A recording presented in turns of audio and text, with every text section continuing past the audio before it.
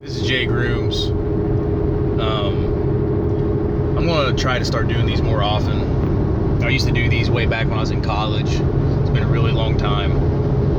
So a lot has changed, and I kind of want to just start doing these on my drives. I have a long drive. I drive a half hour or more to the gym multiple days a week, and I'm going to start maybe driving to the gym and giving you a perspective here and just some opinions about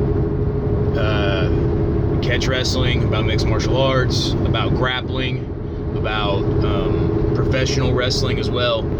And my heart really lies on the line that is right between professional wrestling and catch wrestling.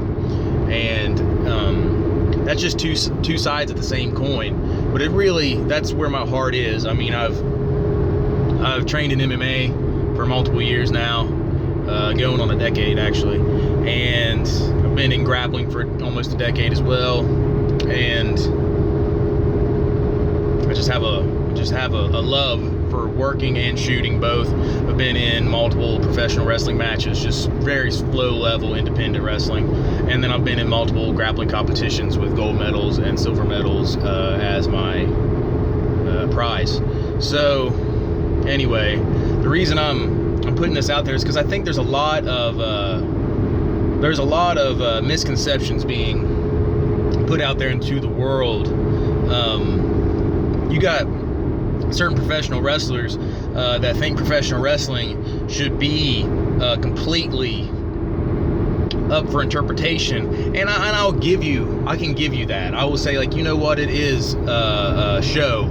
It is one of the last live theater events like it is. Like, it's the pretty much, I don't know, boxing's still fixed somewhat, so you got that too.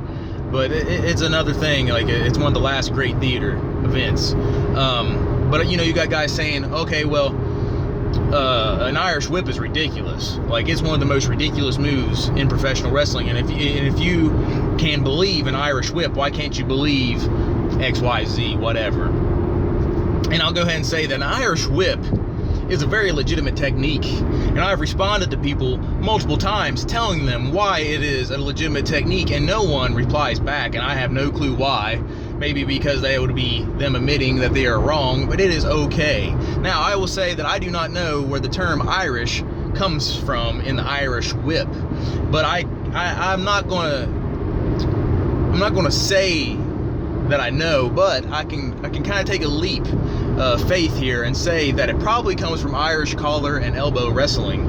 And it is a move that, if used properly, can off balance your opponent for you can score a takedown. If you're in if you've ever been arm dragged by someone, you know that it is possible to run out of an arm drag sometimes. All right, and that's very similar to an Irish whip anyway. So say a guy is going to yank on your arm, and he's doing this so you'll pull back away from him, and then when you pull back, you'll offer up your leg for a single leg.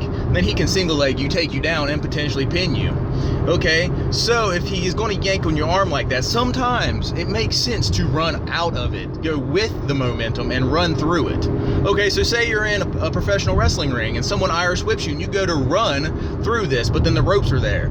Okay, sometimes it makes sense to stop, okay, and grab the ropes. I think that does make more sense. I think running the ropes is what's the ridiculous part of the Irish whip, but sometimes running the bouncing off the ropes makes sense. Sometimes you'll get arm dragged, Irish whipped, and you'll hit the ropes, and sometimes it will make sense to catch your opponent off guard, bounce off of it, duck under, and do a double leg takedown, which would look like a spear or a gore.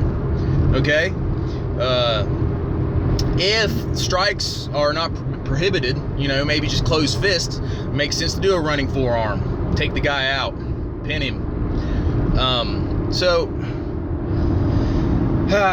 that's just some of the stuff that's been on my mind. I got a lot on my chest that has to do with this, but I also not just drives the work and opinion pieces here. I also want to offer up technique videos. I want to show you guys how to do a toe hold, or I want to show you guys how to do a crippler crossface. I want to show you guys how to do a suplex. I want to show you guys how to do any number of things, front face lock. I want to show you guys how to do an Irish whip, how to do a Texas cloverleaf, you know.